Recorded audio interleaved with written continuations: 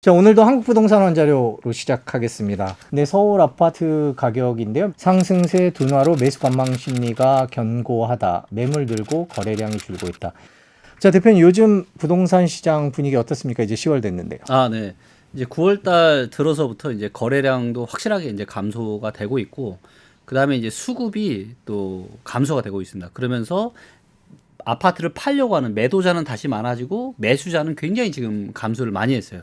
그래서 이제 스트레스 DSR이 2차가 시행이 되면서 이제 본격적으로 시장에 영향을 좀 미치고 있는 것 같습니다. 자, 이제 보시면 요게 이제 서울의 아파트 실거래가의 이제 주별 거래 동향입니다. 네. 근데 이제 보시면은 거래가 요때부터가 지금 7월이거든요. 그래서 7월 첫 주 차에 이제 주간 기준으로 가장 많은 거래량 찍고 그 이후로는 지금 이제 보시는 것처럼 많이 떨어지고 있고, 요게 이제 한 4주 정도 하나 둘 셋 넷 여기까지는 아직 다 집계가 안 된 겁니다. 네. 근데 이제 보시면 이렇게 거래가 7월 달에 고점 찍고 8월 달에 떨어지고 9월 달에 더 떨어진 거 지금 눈에 보이시죠? 예, 그래서 아직은 10월 초기 때문에 9월 달 거래도 아직은 한 3분의 2 정도는 아직 다 집계가 안 됐지만, 확연하게 이제 9월 첫째 주 같은 게 이미 끝나는데 9월 첫째 주의 거래량은 지금 725건밖에 안 되거든요. 그래서 확실히 9월 달 들어서는 거래가 확연하게 지금 감소를 했다. 이렇게 확인이 되고 있습니다. 네. 굉장히 중요한 게 또 뭐냐면은 부동산 시장을 제일 잘 내다보시는 분들이 있습니다. 그분들이 누구냐면요, 바로 공인중개사 분들이에요. 네. 자, 그런데 이 공인중개사 분들이 이미 수도권 부동산 시장은 끝났다라고 얘기하고 있습니다. 자, 이걸 제가 데이터를 보여드릴게요. 자, 이제 보시면 요게 이제 매매 전세 가격 전망 지수라고 하는 겁니다. 요것도 이제 마찬가지로 공인중개사 분들이 그 누구보다 발빠르게 현장에서 수많은 고객들을 상대하면서 시장을 잘 아실 거 아니에요. 네. 그래서 이제 이분들이 3개월 뒤에 부동산 시장이 오를 건지 내릴 건지를 이야기하는 겁니다. 자, 이제 보시면 인천, 경기, 서울은 전부 다 밑으로 왼쪽으로 다 가고 있죠. 왼쪽으로 이렇게 왼쪽으로 간다는 얘기는 뭐예요? 매매 가격 떨어질 것 같아요. 그다음 밑으로 내려가는 거는 전세 시장도 안 좋을 것 같아요라고 얘기하는 거예요. 네. 자, 이게 보시면 요게 이제 서울만 지금 보여드리는 건데, 자, 요게 이제 서울의 매매 가격 전망 지수입니다. 자, 보세요. 얼마나 이게 정확한지. 22년 12월 달에 바닥 찍고 1월 달부터 올라왔습니다. 그리고 실제로 23년 1월 달부터 아파트가가 올라가기 시작했고요. 네. 그다음에 이게 또 꺾였던 게 9월 달부터 고점 찍고 10월 달부터 떨어졌어요. 그리고 실제로 또 떨어졌고요. 그다음 바닥을 또 언제 찍었냐? 23년 12월 달에 바닥 찍었습니다. 그리고 24년 1월 달부터 서울의 아파트 가격이 다시 올라가기 시작했어요. 자, 그런데 이거 보이시나요? 자, 9월 달 들어서 지금 공인중개사분들은 매매와 전세가 다시 밑으로 내리꽂을 거라고 지금 전망하고 있죠. 그래서 시장의 상황을 그 누구보다 정확하게 알고 있는 공인중개사분들이 이미 서울뿐만이 아니라 경기도, 인천 전부 다 매매 전세 안 좋아질 걸로 전망하고 있고, 누가 가장 안 좋아질 걸로 전망이냐면 바로 서울입니다. 서울의 하락폭이 경기도나 인천보다 더 커요. 예. 그래서 아마 이런 것들이 실제 이제 가격 통계로 나타나기까지는 지금부터도 아마 한두 달이 더 걸릴 텐데, 예, 이미 이제 중개사분들은 이제 하락적으로 지금 방향을 틀은 거죠. 네. 자, 이제 여기 보시면 요 화면 있죠? 네. 요 화면이 지금 서울의 매매 수급 동향입니다. 그래서 요 파란색 선이 뭐냐면은 매도자 많음, 네. 즉 이제 서울의 아파트를 팔려고 하는 사람이 얼마나 많고 작은지 이런 것들을 알 수가 있고요. 빨간색은 이제 매수자 많음입니다. 네. 그래서 매수자가 얼마나 있는지. 근데 이제 보시면 매수자 많으면 이제 7월 21일 날 고점을 찍고, 네. 이 이후로는 이제 매수자가 계속 감소하고 있는 모습이고요. 매도자 많으면 이제 좀 더 늦게, 그래서 8월 한 중순 정도에 저점 찍고, 이 이후로는 이제 매도자도 계속 증가를 하고 있는 거죠. 그러면서 요 이제 막대 그래프인 매매 수급 데이터가 이제 꽤 지금 하락을 한 것을 볼 수가 있습니다. 그러니까 이제 시장이 이제 계속 7월 달, 8월 달 또 치고 올라갔잖아요. 그러다 보니까 가격이 단기간에 또 급등을 하다 보니까 당연히 매도하는 입장에서는 이제 막 가격을 올려서 매도를 하려고 하거나 매물을 걷어들이겠죠. 반대로 이제 매수자들은 지금이라도 빨리 안 사면 안 되겠구나 하고 이제 매수자 많음으로 이제 갔다가, 요게 이제 스트레스 DSR이 이제 9월 달부터 시행이 됐고, 원래 예상이 7월 달인데 좀 네. 늦춰지긴 했잖아요. 네네. 그러면서 늦춰지면서 강력하게 된 게 있는데, 그게 뭐냐면 수도권만 좀 더 핀셋 규제를 해서 원래는 가상금리의 50% 그래서 0.75%가 가상금리가 붙어서 그만큼 대출 받을 수 있는 금액이 줄어들게 되어 있는데 수도권만 요 가상금리를 0.75가 아니라 1.2로 상향을 해서 스트레스 DSR이 시행이 된 거죠. 그러다 보니까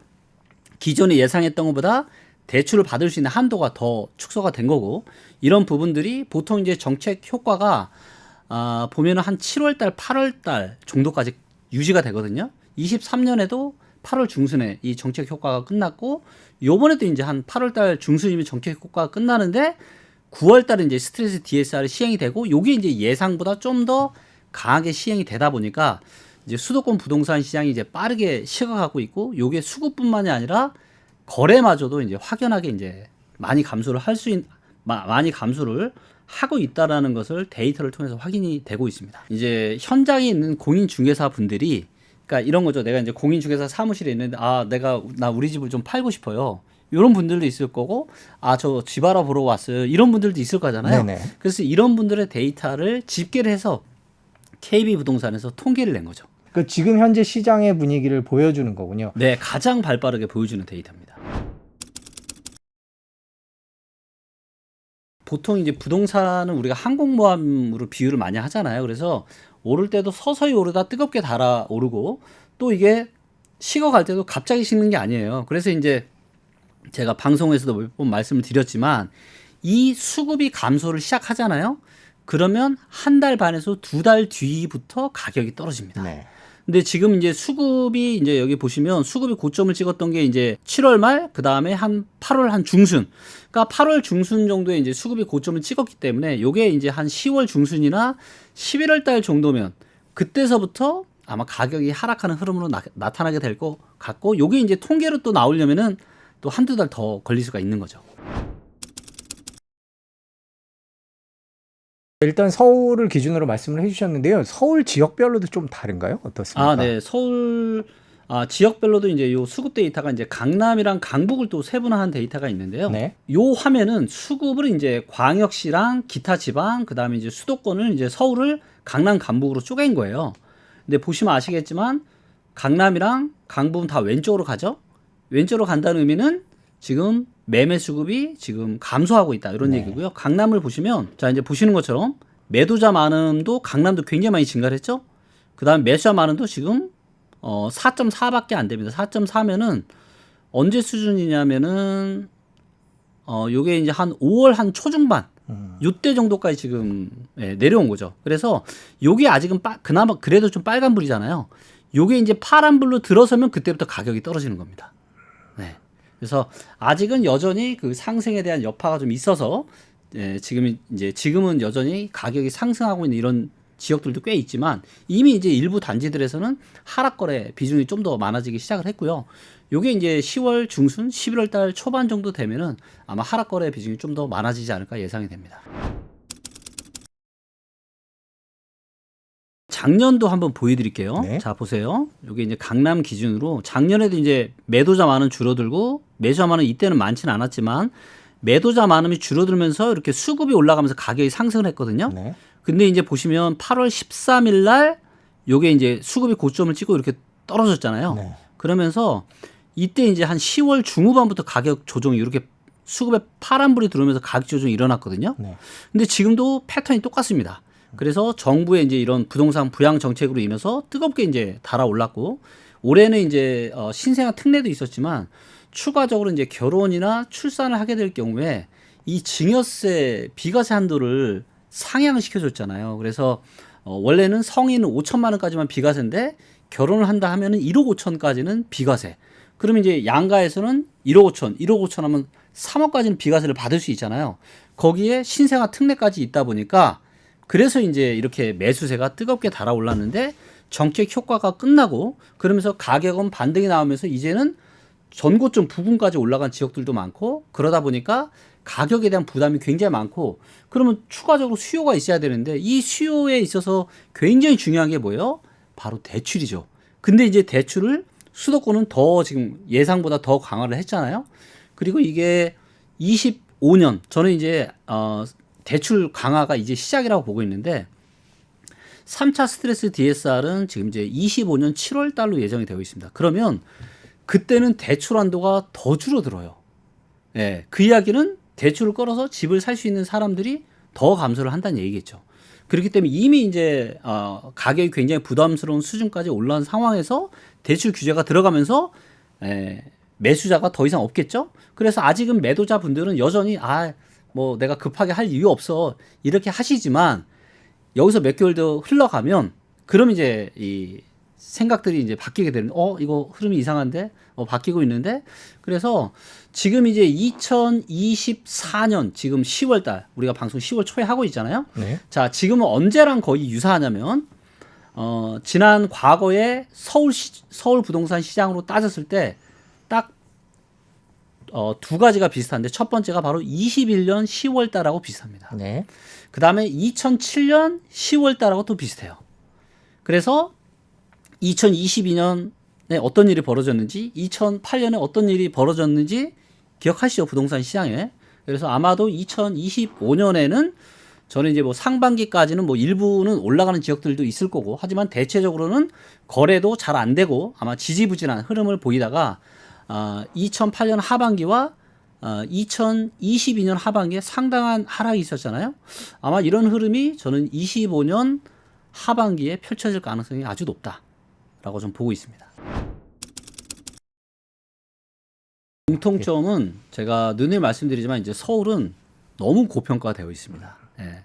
그러니까 뭔가 이제 본질적인 가치 대비해서 사람들의 소득이나 뭐 여러 가지 이런 것들을 감안해서 어느 정도 이게 감당을 추진해야 되는데 이게 역사적으로 봤을 때 비싸도 너무나도 비싸다라는 거죠. 예. 그런데 이것들이 23년이나 24년에 정부의 이런 특례 대책으로 일시적으로 수요를 만들면서 반등이 나타났던 겁니다. 그래서 실제 이런 특례가 없다라면은 수요는 진짜 없어요. 그래서 2020년과 21년에 코로나로 인해서 한번 엄청난 폭등이 있었죠. 그때도 2030 정말 MZ 세대 분들이 정말 많은 연끌을 통해서 그때 매수를 한번 했죠. 무슨 얘기냐면 그때 부동산 수요자 입장에서는 수급을 그때 한번 세게 짠 겁니다.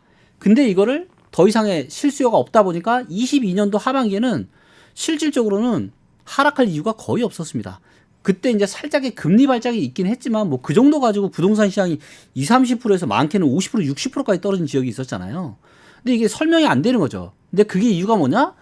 너무나도 비싸 있어서 이거를 떠받쳐 줄 수 있는 실수요가 없었던 거예요. 근데 가격이 떨어지고 그다음에 부동산 PF나 여러 가지 이런 문제가 심각해지니까 이것들을 해결할 수 있는 시간도 좀 벌고 해야 되니까 정부에서 23년에 특례 보금자리론 1월 3일 부동산 대책을 통해서 또 한 번 수요를 만들어낸 거죠. 그래서 특례로 하니까 내가 그 대출 이자를 굉장히 싸게 해주니까 내가 매월 납입해야 되는 돈이 작아지니까 원래는 없던 수요를 특례를 통해서 만든 거죠. 그렇게 한번 시장을 한번 반등시켰고 그 다음에 24년에는 이제 대선도 있고 또 시간을 좀 벌어야 되니까 신생아 특례까지 또 꺼내면서 이렇게 시장을 반등을 시켰는데 그러니까 특례를 붙여서 없던 수요를 만든 거죠. 자, 그러다 보니까 이제는 뭐예요? 근데 가격이 이미 또 전고점 부분까지 올라왔어요. 그러다 보니까 이제는 이거를 떠받쳐 줄 수 있는 수요가 이제는 진짜 없는 거죠. 왜냐하면 이미 마른 수건을 짤 만큼 이미 다 짜버렸습니다. 그래서 이런 부분들이 저는 굉장히 위험한 지금 서울 부동산 시장 상황이라고 좀 보고 있고요. 그리고 금리 인하를 0.25가 아니라 0.5%를 한다는 건 뭐냐면 금리를 지금 급격하게 낮추면 안 될 정도로 뭔가 시장 상황이 굉장히 심각한 상황인 거예요. 그래서 많은 분들이 이제 금리 인하와 관련해서 오해를 하고 오해를 하고 있는 부분이 뭐냐면 자, 기본적으로 금리를 인하한다라는 얘기는 뭐냐면 대출을 받는 사람 입장에서는 뭐예요? 내가 매월 상환해야 되는 이 원리금이 줄어들다 보니까 그러면 좀 더 많은 사람들이 대출을 끌어다가 부동산을 살 수 있는 거 아니냐 이렇게 생각을 해서 부동산이 좋아진다라고 오해를 하시는 분들이 계십니다. 자, 만약에 부동산 시장에 거품도 없고 그리고 뭔가 이런 빅컷이 아니라 그냥 완만한 금리 인하를 한다. 그러면 말 그대로 호재가 될 수 있어요. 그런데 지금은 서울이나 일부 지역 같은 경우는 지금 역사적인 지금 버블의 수준에 있거든요. 거기에 지금 빅컷 금리를 했잖아요. 미국 같은 경우도 지금 미국 대선 때문에 어떻게 보면 주식시장을 부양하기 위해서 이렇게 최대한 지금 떠받치고 있는데 이것도 지금 굉장히 불안불안한 지금 상황이거든요. 그렇기 때문에 제가 여러 데이터를 봤을 때 2025년에는 경기 침체가 올 가능성이 저는 상당히 좀 높다라고 보고 있고 거기에 이런 고평가된 부동산 시장이 굉장히 위험할 수 있고 그런데 내년 또 7월 달에는 스트레스 DSR 3차가 시행되면서 대출의 문은 더 좁아지는 거죠. 네, 그렇기 때문에 저는 25년 하반기에 부동산 시장, 특히 서울이 굉장히 위험할 수 있다. 이렇게 좀 바라보고 있습니다. 또 그렇게 떨어질 경우에 정부가 또 받쳐주지 않겠느냐 그런 기대감이 있는 것도 사실입니다. 시장에서는. 네. 그 정부 정책 방향은 어느 쪽으로 갈 거라고 보십니까? 지금 상황에서는 이제 더 이상의 부양 정책은 저는 쉽지 않을 거라고 좀 보고 있고요. 일단 부동산 PF 문제를 이제 정리가 들어가기 시작했잖아요. 그렇기 때문에 부동산 PF 때문에 뭔가 더 굉장히 심각해질 가능성은 지금 많이 낮춘 상황이고 시간을 좀 많이 한 2년 이렇게 늦추면서 벌어왔기 때문에 그리고 이제 또 선거도 끝났고 그리고 또 정부도 지금 적자가 세금이 안 거쳐서 지금 쉽지 않잖아요. 그렇기 때문에 저는 이제 더 이상의 이런 특례는 쉽지 않을 것 같다. 그리고 지금은 또 부동산 시장이 많이 좀 안정이 되었잖아요. 그렇기 때문에 저는 25년 초에는 더 이상의 특례는 없지 않을까. 그리고 당장 그렇게 뭔가 특례를 또다시 꺼낼 만큼 급락은 오지 않을 거예요. 아마 제가 예상하는 급락은 아마 25년 하반기 어느 즈음. 그리고 만약에 또다시 시장에 상당한 충격이 온다면 그때는 정부가 또다시 부양정책 카드를 저는 써야 된다고 보고 있고요. 그리고 아마 그러면서 가격이 많이 낮아지면서 정부의 부동산 부양정책과 더불어서 부동산 시장은 그때는 이제 다시 대세 상승으로 이제 또 올라갈 수 있는 그런 저는 발판이 되지 않을까 싶습니다. 상승장은 이제 우리가 보통 데드캣 바운스라고 하죠. 예, 그래서 21년 10월 달에 고점 찍고 떨어졌다가 두 번의 특례 정책으로 지금 반등장이 나타나는데 이 반등장이 저는 끝났다. 예, 그래서 이제는 방향은 이미 하락으로 기울어졌고 하락이 시작이 될 텐데 그리고 이 하락이 서울 같은 경우는 하락폭이 일반인들이 생각하는 것보다 훨씬 더 클 수 있다. 저는 23년 1월 달이 이제 최근에 단기 저점이었거든요. 저는 근데 그 저점을 깨고 더 밑으로 하락할 거라고 예상을 합니다. 네. 정말 이제 많은 분들이 이제 과거에 지난 신문 기사를 찾아보시면 아시겠지만 전문가들조차도 가장 많이 속는 게 뭐냐면 바로 공급이에요. 혹시 기억나시는지 모르겠지만 2017년과 2018년에 이 언론에서 가장 많이 나왔던 부동산 기사가 뭐였냐면 수도권 공급 폭탄, 아파트 가격 못 오른다. 이게 거의 도배를 했습니다. 근데 저는 그때도 무슨 소리냐. 공급 물량이 있긴 하지만 굉장히 저평가돼 있고 올라간다. 근데 올라갔잖아요. 근데 그때 전문가들의 80% 이상은 공급 때문에 못 올라간다 그랬었거든요. 그러니까 이게 가격이라는 거는 수요와 공급이 만나는 어느 즈음에서 결정이 되는 거잖아요. 근데 많은 분들이 놓치고 있는 게 뭐냐면 공급만 보는 거예요. 수요 사이드는 보지 않는 거죠.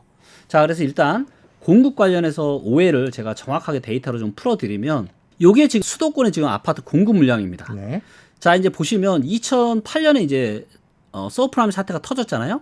그리고 요런 부동산 시장에 뭔가 한번 금융적으로 큰 충격이 오면은 보통 이렇게 입주 물량이 줄어듭니다. 왜냐하면 이때 적극적으로 뭔가 아파트 시행 사업을 시행했던 주체들이 이런 쓰나미들이 오게 되면서 힘들어지고 어려워지면서 공급 물량이 줄어드는 게 당연한 거예요.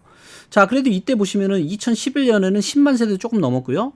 12년에는 11만 세대. 그 다음 13년에는 9만 세대, 10만 세대도 안 됐습니다. 자, 그런데 이때 부동산 시장이 올랐나요? 내렸나요? 수도권 부동산 11, 12, 13년. 떨어졌죠. 계속 떨어졌죠. 네. 자, 그리고 이때 보세요. 17년, 18년 공급 물량 진짜 많았죠. 그래서 못 올라간다 했는데 올라갔어요. 네. 그러니까 공급만 가지고 이야기하는 거는 절대 시장을 제대로 볼 수가 없는 거예요. 자, 이번에도 제가 팩트를 말씀드리면 자, 2023년, 24년 다 공급 물량 작다고 했지만 23년, 24년 작았나요? 안 작았습니다. 평균보다 훨씬 더 많았고요. 자, 25년에도 작지 않습니다. 25년에도 평균 정도 입주 물량이 있어요. 그러면 언제부터 공급이 줄어드냐? 26년부터 줄어듭니다. 네. 보시는 것처럼. 자, 그런데 요게 대부분의 부동산 플랫폼에서만 볼 수 있는 거예요. 자, 그런데 우리가 좀 더 데이터를 정확하게 보기 위해서 지금 재개발, 재건축 단지에 있는 이 데이터들까지 이제 포함을 시켜서 한번 보여드릴게요. 그게 바로 요 데이터입니다. 네. 그래서 재건축, 재개발 중에서 착공이나 분양 단계에 있는 것들, 이 중에 이제 후분양에 있는 이런 것들도 있고요. 그 다음에 이주 및 철거. 그래서 이주 및 철거를 하고 있다는 얘기는 이것도 이제 새로운 아파트 단지로 들어설 수가 있거든요. 그래서 이거를 봤을 때는 26년, 25년은 아니라 26년에는 확실히 입주 물량이 좀 작긴 합니다. 근데 이것 때문에 무슨 폭등이 올 만큼, 이때도 보세요. 2013년에 이렇게 입주 물량이 작았지만 부동산 시장이 별로였단 말이에요. 그렇기 때문에 이거는 지금 26년에 입주 물량이 작지는 하지만 이것 때문에 26년에 폭등이 온다? 이렇게 얘기하는 거는 그냥 사람으로 따지면 이 사람은 성격이 좋으니까 뭐 능력이나 체력 보지 않고 아, 성격이 너무 좋으니까 이 사람 무조건 성공할 거야 라고 얘기하는 거랑 거의 똑같다라는 거죠. 그럼 정리를 해보면 공급 물량이 뭐 다수 줄기는 하지만 그렇게 시장에 큰 영향을 미칠 정도로 확 주는 건 아니다. 이렇게 보면 되는 거예요. 네, 맞습니다. 그리고 공급이 작은 거는 틀림없지만 수요를 보자 이거죠. 수요를. 우리가 수요. 근데 수요자 입장에서 봤을 때는 아파트 가격이 너무 비싸고 아까도 말씀드렸지만 이미 마른 수건을 벌써 2번이나 짰단 말이에요. 코로나 이후에 23년 한 번 짜고 24년 한 번 짜고 더 이상은 특례가 없는 한 뭔가 수요를 일으켜서 지금 부동산 시장을 위로 올릴 만한 수요 자체가 없다라는 거죠. 그렇기 때문에 아마 25년에 부동산 시장은 많은 분들이 지금 예상하고 있는 것과는 다르게 이런 대세 상승이 아니라 오히려 굉장히 위험한 상황이 펼쳐질 가능성이 저는 상당히 높다라고 좀 보고 있습니다. 그러면 내 집 마련 생각하시는 분이나 혹은 네. 이제 뭐 집을 더 넓히시거나 갈아타시는 분들은 조금 더 지표를 지켜보라고 말씀을 드려야 맞습니다. 될까요? 지금은 제가 이제 뭐 기억하시는지 모르겠지만 제가 21년 10월 달에 제가 10년에 한 번 올까 말까 한 절호의 매도 기회라고 제가 정말 외롭게 제가 외쳤잖아요. 그리고 지나놓고 보니까 그게 정확하게 맞았고 지금은 제가 차마 그렇게까지는 말씀 못 드리지만 그렇지만 지금은 굉장히 위험천만한 지금 높은 지역에 있어요. 서울의 아파트 가격이. 그렇기 때문에 지금 여기서 매수를 한다? 여러분들 기억 안 나세요? 22년 하반기에 그때 하락 왔을 때 영끌 하셨던 분들 다 어떻게 됐어요? 전부 다 경매 넘어가고 이런 게 얼마나 많았습니까? 정말 이게 부동산이라는 건요. 의사결정을 잘하는 것도 중요하지만 잘못된 의사결정을 하지 않는 게 훨씬 더 중요합니다. 잘못된 의사결정이 뭐예요? 얻기 위해서 사는 거죠. 그런데 서울은요. 지금 어깨가 아니라요. 다시 한 눈썹, 머리 끝까지 왔습니다. 너무너무 지금 비싸요. 그리고 이거를 떠받쳐 줄 수 있는 여력이 없고 정책적으로도 대출을 계속 조이기 때문에 저는 더 이상 수요는 이제 씨가 마를 거다라고 좀 보고 있습니다. 그래서 내 집 마련 하실 분들은 조금만 좀 참으시고 제가 아마 뭐 상황은 계속 바뀔 수 있기 때문에 데이터를 계속 지켜봐야 되긴 하겠지만 아마 내년 말이나 내후년 정도 되면은 김기현이 나와서 아 이제는 제가 드디어 기다렸던 진짜 내 집 마련 절호의 기회가 왔으니까 빨리 내 집 마련 하세요. 아마 이런 때가 좀 오지 않을까 싶습니다. 네, 김기현 대표님 정기적으로 모셔서 데이터 상황 어떻게 돌아가는지 또 전해드리도록 하겠습니다. 오늘 말씀 여기까지 듣겠습니다. 긴 시간 고맙습니다. 네, 감사합니다.